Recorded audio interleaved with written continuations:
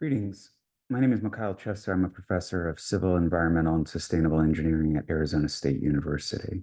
The issues that I'm going to focus on are those related to water infrastructure in the United States. The key challenge that I'm going to focus on here is that of water systems, which are maturing across much of the United States.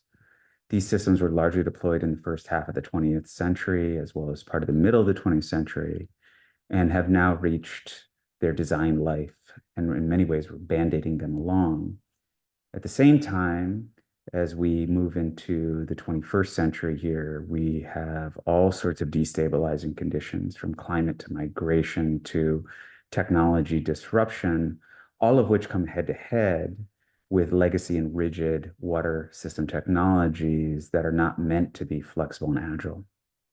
In many ways, the innovation that I think is needed is new governance models for how we manage water systems. And these governance models need to emphasize processes and technologies that are agile and flexible, that are able to pivot technologies as we learn more about what uncertainties the environment is throwing at us, as well as pivot how we meet demand under disruption, surprise, and uncertainty.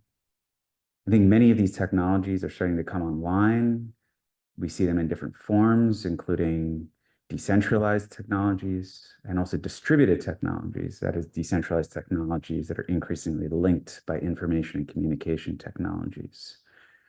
It's not that decentralized or distributed technologies in and of themselves are going to solve our problem. I think the key challenge is in how we layer these new technologies on top of legacy infrastructure, how we give space for both to coexist and at times pivot between the core functions that both are delivering.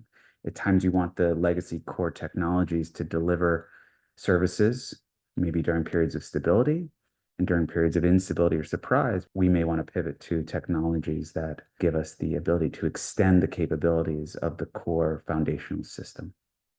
As we look to develop out these new water system technologies, I think ideal collaborators are going to come not simply from the existing infrastructure managers and water management professionals. I think it's also going to come from technology companies that are delivering both new hardware technologies as well as new ways of making sense of what is happening in water systems. That could be new sensing technologies, either direct or indirect. That could be new ways in which we make sense of large data streams to give us insights that we haven't had before. As such, I think that collaborations that focus on how we reposition the governance of a water system towards one that negotiates and builds consensus among these various different parties and the new ways in which third parties are potentially poised to disrupt and control water systems is going to be instrumental. Thank you.